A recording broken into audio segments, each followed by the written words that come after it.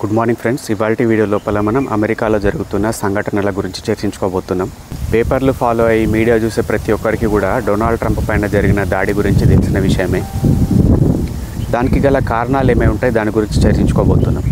మొట్టమొదటి కారణం ఏముంటుంది, ఈజీగా గెస్ చేయొచ్చు. అపోనెంట్ పార్టీ ఎప్పుడో జరిగిన సంఘటనలను తవ్వి బయటికి తీసి వాటి లోపల తనని ఇంప్లికేట్ చేసి అతను మళ్ళీ పోటీ చేయకుండా చేద్దామని చూసిరు.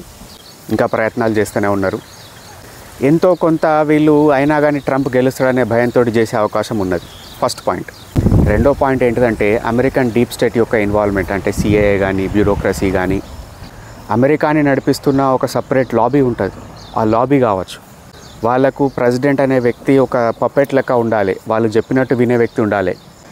అట్లా కాకుండా ఇండిపెండెంట్గా ఇండివిజువల్ క్యారెక్టర్ తోటి స్వంత నిర్ణయాలు తీసుకుంటూ ఉంటే, దట్టు ఆ డీప్ స్టేట్ని కనుక ఊకే ఏదో రకంగా పోక్ చేస్తూ ఉంటే వాళ్ళు చాలా సందర్భాల లోపల ప్రెసిడెంట్స్ని రకరకాల మాధ్యమాల ద్వారా మార్చేసారు.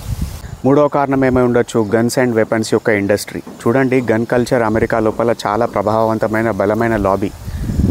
వెపన్స్ ఇండస్ట్రీ కూడా చాలా బలమైన లాబీ. చూడండి, ట్రంప్ అనే వ్యక్తి ఒక సక్సెస్ఫుల్ వ్యాపారస్తుడు. ఏ వ్యాపారి కూడా కొట్టాటలు పెట్టుకుందాం, గొడవలు పెట్టుకుందాం, అనవసరమైన యుద్ధాలకు పోదాం, డబ్బులు అనవసరంగా ఖర్చు పెడదాం అనే ధోరణిలో ఉండడు. ట్రంప్ ప్రగల్భాలు పలికే వ్యక్తి అయినప్పటికీ కూడా అతను పెద్ద పెద్ద డిసైసివ్ యాక్షన్స్ తీసుకోడు. ఏదైనా యుద్ధంకి వెళ్దామనగానే వద్దు అని చెప్పడం, ఏదైనా వేరే రెండు దేశాలు కొట్లాడుకునే అవకాశం ఉందంటే వాళ్ళ మధ్యన ఏదో రకంగా సయోధ్య కుదర్చడం, ప్రతి ఒక్కటి కూడా లావాదేవీల కోణంలోనే ఉంటాడు. అతను చాలా సక్సెస్ఫుల్గా ఇజ్రాయెల్కి సౌదీ అరేబియాకి మధ్యన స్నేహం కుదిర్చిండు. అతను ఉన్నప్పుడు రష్యాతోటి సత్సంబంధాలు కలిగి ఉన్నాడు. అమెరికా అనవసరంగా కొన్ని డబ్బులు వేరే దేశాలలో ఖర్చు పెడుతుంది, వాటిని వెనక్కి తీసుకున్నాడు. ఇండైరెక్ట్గా శాంతి కోసం ఎన్నో రకాల ప్రయత్నాలు చేసిండు. కానీ ఎప్పుడైనా చూడండి, ఎప్పుడు కూడా ప్రపంచంలో యుద్ధాలు జరుగుతూ ఉండాలి. అట్లా యుద్ధాలు జరిగినప్పుడే ఈ వెపన్ ఇండస్ట్రీ అనేది సర్వైవ్ అవుతుంది. వీళ్ళు తయారు చేస్తున్న వెపన్స్ ఎవరో ఒకరు కొనాలి కదా. మనం అందరం అబ్జర్వ్ చేస్తున్నాం కదా, రష్యాకు మరియు యుక్రెయిన్కి మధ్యన జరుగుతున్న దాడి అంటారా, లేకపోతే యుద్ధం అంటారా, ఒక రకంగా ఆక్యుపేషన్ అంటారా. ఇందులోపల ఒక రకంగా లాభపడుతున్నది ఎవరు? ఫస్ట్ పర్సన్ ఎవరైతే యుక్రెయిన్కి సంబంధించిన వ్యక్తి జెలెన్స్కీ ఉన్నాడో అతను చాలా లాభపడుతున్నాడు. రీసెంట్గా మీరు న్యూస్ చూసిరో లేదు, తన భార్య కొన్ని కోట్ల ఖరీదైన కారు కొనుక్కున్నది. అక్కడ యుద్ధం జరుగుతుంది, ప్రజలు చచ్చిపోతున్నారు. ఒక లావిష్ లైఫ్ స్టైల్ ఎంజాయ్ చేస్తున్నాడు, బయటికి వెళ్ళి వస్తున్న ఫండ్స్ అన్నీ తీసుకొని. అదే ట్రంప్ వచ్చుంటే ఏం చేస్తుండే, ఏదో రకంగా మీడియేషన్ చేసి చిన్నగా బ్రోకరేజ్ చేసేసి ఆ యుద్ధాన్ని ఎంతో కొంత సెటిల్మెంట్ తోటి ఆపేస్తుండే. ఈ వెపన్స్ ఇండస్ట్రీ యొక్క ఆయువు కోల్పోతుంది కదా. సో అందుకోసం వీళ్ళకి నచ్చది తను ఉండడం. రెండోది చూడండి, హమాస్ ఇజ్రాయెల్ పైన అక్టోబర్ 7th నాడు దాడి చేసింది కదా, అది యాక్చువల్గా ట్రంప్ ఉంటే కనుక చేసే ధైర్యం చేయకపోతుండే. అంత కోఆర్డినేటెడ్ అటాక్ వేరే దేశాల యొక్క ఇన్వాల్వ్మెంట్ లేకుండా, వాళ్ళ సహాయం లేకుండా జరిగేదే కాదు. ఇండైరెక్ట్గా మనం చెప్పుకోవచ్చు, అక్కడ ఇరాన్ ఇన్వాల్వ్ అయి ఉండొచ్చు, చైనా ఇన్వాల్వ్ అయి ఉండొచ్చు, రష్యా కూడా ఇన్వాల్వ్ అయి ఉండొచ్చు. ఇప్పుడున్న బైడెన్ ప్రతి ఒక్కదానికి రష్యాని నిందిస్తూ ఉంటాడు. కానీ ట్రంప్ ఉన్న సమయం లోపల మన అతిపెద్ద శత్రువు ఎవరంటే చైనా అని చెప్పిండు. క్లియర్ కట్ క్లారిటీ తోటి మాట్లాడే వ్యక్తి అతను. ఇంకొక పాయింట్ ఏంటిదంటే, ట్రంప్ అనే వ్యక్తి ఓకిజానికి చాలా దూరంగా ఉంటాడు. అందరినీ జోక్కుంటా పోవడు, ప్రతి ఒక్క డిసిషన్ని రేషనలైజ్ చేసుకోవడం, ఇవేవి అతని దగ్గర ఉండవు. చూడండి, ట్రంప్ పైన దాడి జరిగినప్పుడు అతని దగ్గర ఉన్న సెక్యూరిటీ సిబ్బంది, బాడీ గార్డ్స్ని చూడండి. అందులో చాలామంది ఉమెన్ ఉన్నారు. అందులో చాలామంది ఉమెన్ తనకన్నా హైట్ తక్కువ ఉన్న వాళ్ళు ఉన్నారు. ఒక బాడీ గార్డ్ యొక్క రెస్పాన్సిబిలిటీ ఏంటిది? ఎవరైనా దాడి చేసినప్పుడు, ఎవరైనా బుల్లెట్ కాల్చినప్పుడు తన బాడీని షీల్డ్ లెక్క పెట్టేసి అతన్ని ఆపడం, ఆ వస్తున్న బుల్లెట్ని ఆపడం, ఆ విఐపి ఎవరైతే సెక్యూరిటీ తీసుకుంటున్నారో అతని ప్రాణాలు కాపాడడం. కానీ చూస్తూ ఉంటుంటే మనకు ఏమర్థమవుతుందంటే, డైవర్సిటీ, అడాప్టబిలిటీ అనే క్వశ్చన్స్ పెట్టుకొని చాలామంది ఉమెన్ బాడీ గార్డ్స్ని రిక్రూట్ చేశారు. ఆ దాడి జరగకముందు చాలామంది పబ్లిక్ అక్కడ ఎవడో ఉన్నాడు పైన, బిల్డింగ్ పైన వెపన్ పట్టుకొని ఎక్కుతున్నాడు, పోలీసులకు ఇన్ఫామ్ చేస్తున్నారు. కానీ పోలీసులు దాన్ని చూసి యాక్షన్ తీసుకునే ఓపిక లేదు, తీరిక లేదు. ఒక absolute utter failure of intelligence అక్కడ.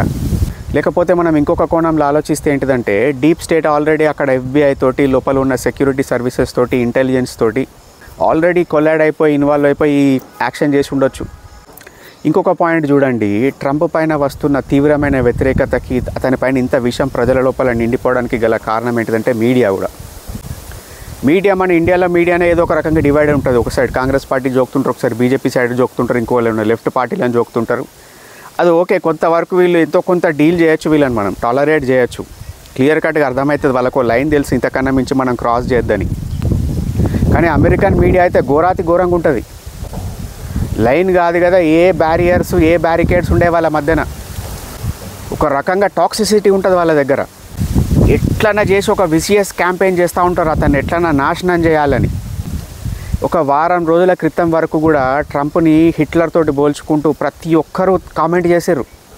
చూడండి, ఇటువంటి వ్యక్తులు బిల్డ్ చేసే నెరేటివ్ వల్ల చిన్న చిన్న పిల్లలు, ఇంప్రెషనబుల్ మైండ్ ఉండే పిల్లలు, వాడు ఎంత షూట్ చేస్తున్నాడు 20 years పిల్లగాడు, ఆ ఇంప్రెషనబుల్ మైండ్స్ లోపల ఎటువంటి తీవ్రమైన ముద్ర పడుతుంది. కొందరికి ఎటువంటి ఫీలింగ్ వస్తుందంటే, అరే అమ్మ వీడు ఉంటే బ్రతుకుంటే కనుక నా దేశం నాశనం అయిపోతుంది, నా దేశాన్ని కాపాడుకోవాలంటే వీడిని తీసేయాలి, ఎలిమినేట్ చేయాలనుకుంటారు కొంతమంది అవతల పార్టీ వ్యక్తిని అసలు హ్యూమన్ లెక్కనే ట్రీట్ చేయరు. అమెరికాలో గన్ కల్చర్ ఇవాళ వచ్చింది కాదు, ఆల్రెడీ 4 ప్రెసిడెంట్లు అయిపోయారు. ఎప్పుడో దాదాపు 7 ప్రెసిడెంట్ల వరకు వాళ్ళపైన అటాక్ జరిగింది, వాళ్ళు బ్రతికి బయటపడ్డారు.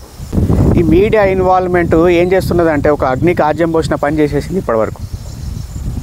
చూడండి, ఎప్పుడైనా కానీ ఏ రాజకీయ అపోనెంట్ అయినా కానీ విమర్శ చేయొచ్చు, తన ఐడియాలజీని ప్రాపగేట్ చేసుకోవచ్చు, తనకున్న ఆలోచనలను బయటికి చెప్పుకోవచ్చు.